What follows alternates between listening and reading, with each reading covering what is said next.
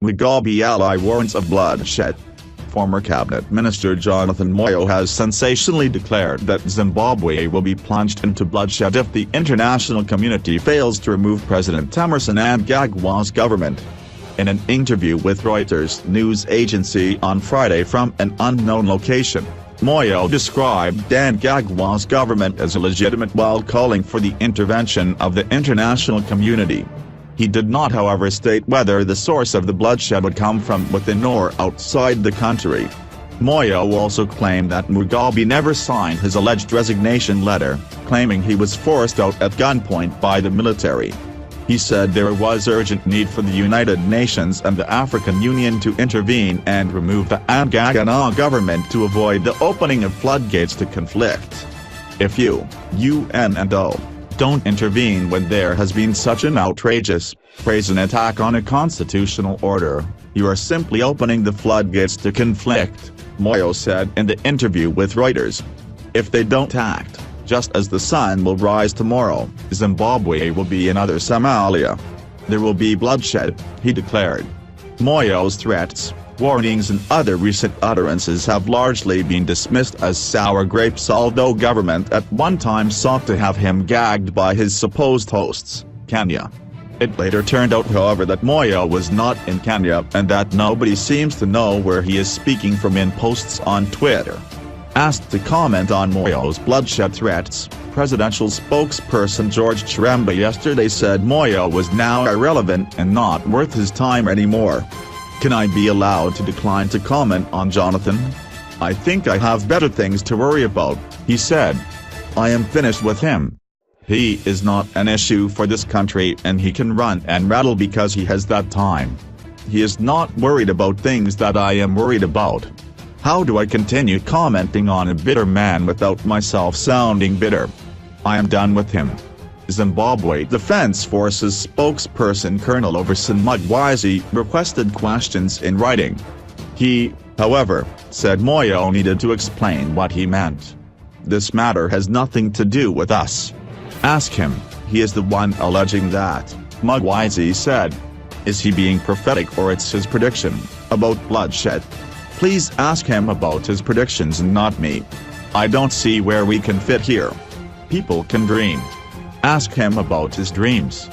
War veteran spokesperson Douglas Mahiu said Moyo's remarks pointed to wishful thinking.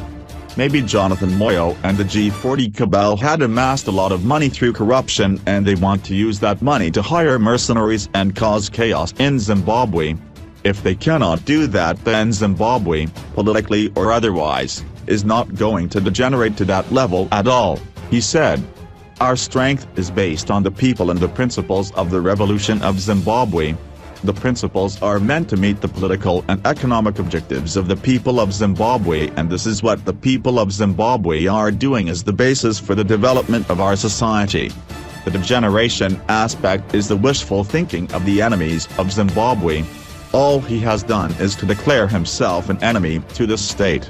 ZANU-PF Secretary for Youth Affairs, Kuperai Togarepi said although the country must be vigilant, Moyo's remarks could no longer be taken seriously because he was a bitter man who failed to destroy the whole ZANU-PF institution. Jonathan Moyo had always had a project to destroy ZANU-PF and the former president. He wanted everything to be destroyed at one go, but unfortunately, he destroyed only one person, who is the former president. He couldn't destroy ZANU-PF and he is bitter. In his mind and in his hallucinations, he wanted the whole institution to crumble with the former president and he failed to do that, Togarepi said. He must realize that he is wasting his time and he must introspect and realize that he was up against a very strong institution that cannot be destroyed by someone who is greedy and vengeful for his own reasons. He must just go hang. Last week Patrick Zhuwao, another key member of the G40 faction and a close friend of Moyo, said there would be an uprising in the country and that a movement would emerge to fight Mnangagwa's government. There is a groundswell of the No. 2018 resistance. The No. 2018 resistance is growing by the minute. The No. 2018 resistance is sprouting throughout Zimbabwe, like mushroom. The No. 2018 resistance is permeating across all sectors. The number 2018 resistance is pervasive throughout the generations, he said.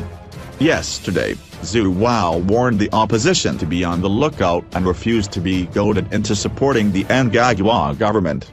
He said there must never be postponement of elections amid reports that Mnangagwa is seeking to postpone elections by 3 years.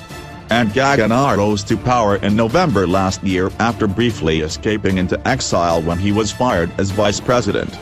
He was locked in a bitter succession war with the G40 faction whose kingpins included Moyo, Xavier Kasukuwere, Zhuwao and former First Lady Grace Mugabe. Mnangagwa assumed power after the military-led Operation Restore Legacy was launched, targeting criminals around Mugabe.